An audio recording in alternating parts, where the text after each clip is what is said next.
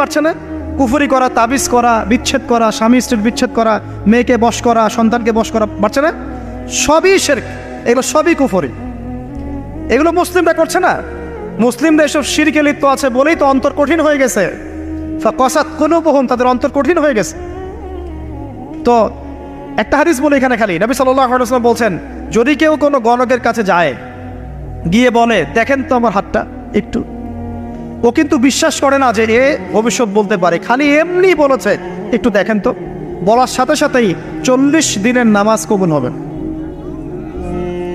আর যদি তার বলা কথায় বিশ্বাস করে যে হ্যাঁ তোমার ভবিষ্যৎ খুব ভালো, তুমি চাকরি পাবা, এটা করবা সেটা করবা, এবং সে বিশ্বাস করলো হ্যাঁ এটাই হবে, তখন নবী সাল্লাল্লাহু আলাইহি ওয়াসাল্লাম বলছেন সে যেন আল্লাহর পক্ষ থেকে যা নাজিল হয়েছে, মানে এই যে কোরআনুল কারীম, এই কোরআনকে যেন সে অস্বীকার করলো, মানে কুফরি করলো।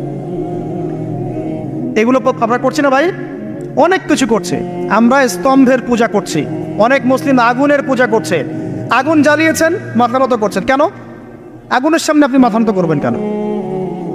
আপনি একটা স্তম্ভের সামনে, গাছের কাছে, গাছের সামনে দাঁড়িয়ে মাথা নত করে ধ্যান করবেন কেন? আপনি মেডিটেশন করছেন কি জন্য? আপনাকে নামাজ দেওয়া হয় নাই? 5 ওয়াক্ত নামাজ দেওয়া হয় নাই? নামাজের চেয়ে বড় মেডিটেশন কিছু আছে নাকি? আপনি ধ্যান করছেন কি জন্য? অনেক মুসলিম তো জিনেরও উপাসনা করছে, জানেন? অনেক মুসলিম জিনকে তাবে করার চেষ্টা করছে। আর জিন বলে একটা জাতি আছে, এটা সত্য। তো এরকম প্রতিটা ক্ষেত্রে শিরক আছে। শিরক কথায় আছে, কাজে আছে, বিশ্বাসে আছে।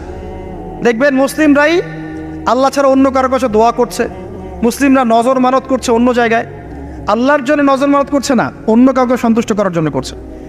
সন্তান হয় না, সন্তান হয় না, এখন কি হবে? সন্তান হয় না তো অমুকের কাছে যাও, সেখানে গিয়ে বকরি জবাই দাও, সন্তান হবে। সুবহানাল্লাহ।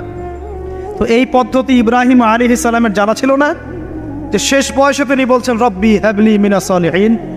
আপনি দোয়া করতে পারেন না? সন্তান হবে না কেন? আল্লাহ পাক তাকদিরে লিখে রাখলেন, অবশ্যই হবে।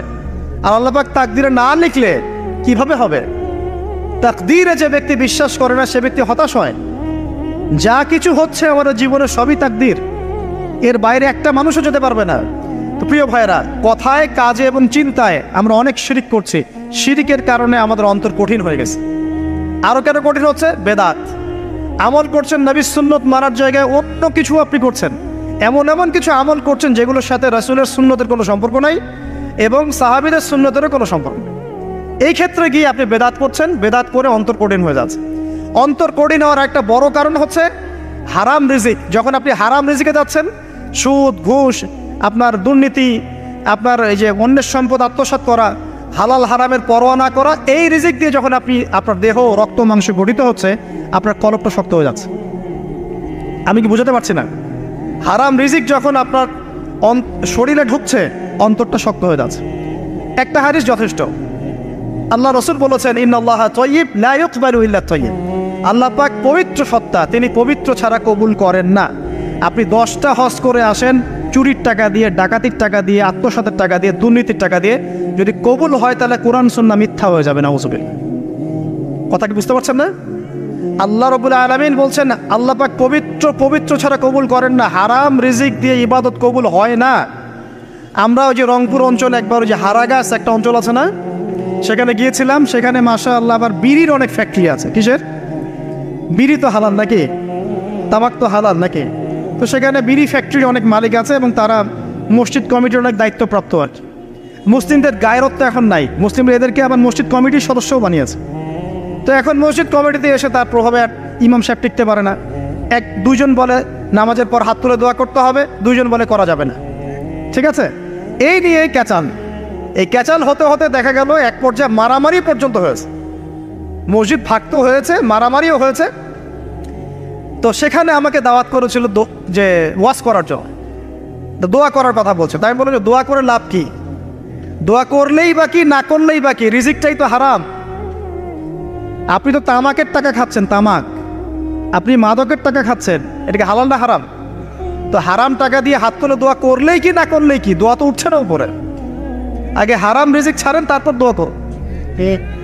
তো রিজিক হারাম হওয়ার কারণে আমাদের কি হচ্ছে? অন্তরটা কি হচ্ছে ভাই? কঠিন হচ্ছে। ওই পাখির মতো আর মুক্ত আকাশে উঠতে পারবেন না। তারপরে সামনে যান, আরো কেন কঠিন হয়? বস্তুবাদিতা, দুনিয়া। সারাদিন দুনিয়ার ফিকির, দুনিয়ার চিন্তা। খাবো কি, পরবো কি, ব্যাংক ব্যালেন্স, টাকা পয়সা, স্ট্যাটাস, সারাটা দিন দুনিয়ার দুনিয়া। ঘুম থেকে ওঠা থেকে নিয়ে শুরু করে ঘুমানো পর্যন্ত খালি দুনিয়া। যারা দুনিয়ার নেশায় মত্ত হয়ে আছে এদের অন্তরটা কঠিন হয়ে যায়, এই অন্তরটা পাখির মতো হতে পারবে না। ঠিক আছে কথা?